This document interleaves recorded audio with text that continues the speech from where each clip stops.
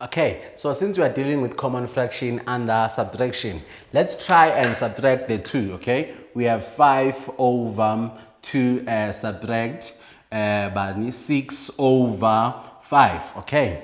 Now, since the denominators are not the same, we'll have to check for multiples of each of the denominators. So we have what?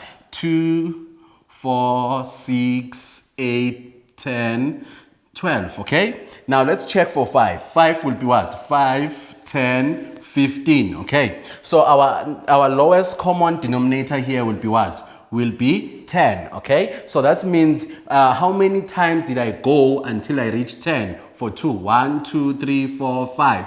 So here I will have to multiply by 5 over 5. Here I will have to multiply by 1, 2. So it's 2 over 2. So 5 times 5 will give us 25. Then 5 times 2 will give us a 10. Subtract by 6 times 2 will give us a 12. Then 5 times 2 will give us a 10. Now the denominators are the same. So we simply take one denominator and subtract the what? The numerators, okay? So what is 25 minus 12? It will be 25 minus 12. So it is 5 minus 2, which will give us a 3. Then we have 2 minus 1, which will give us a 1. So hence we have 13 over 10 as our what? As our final answer.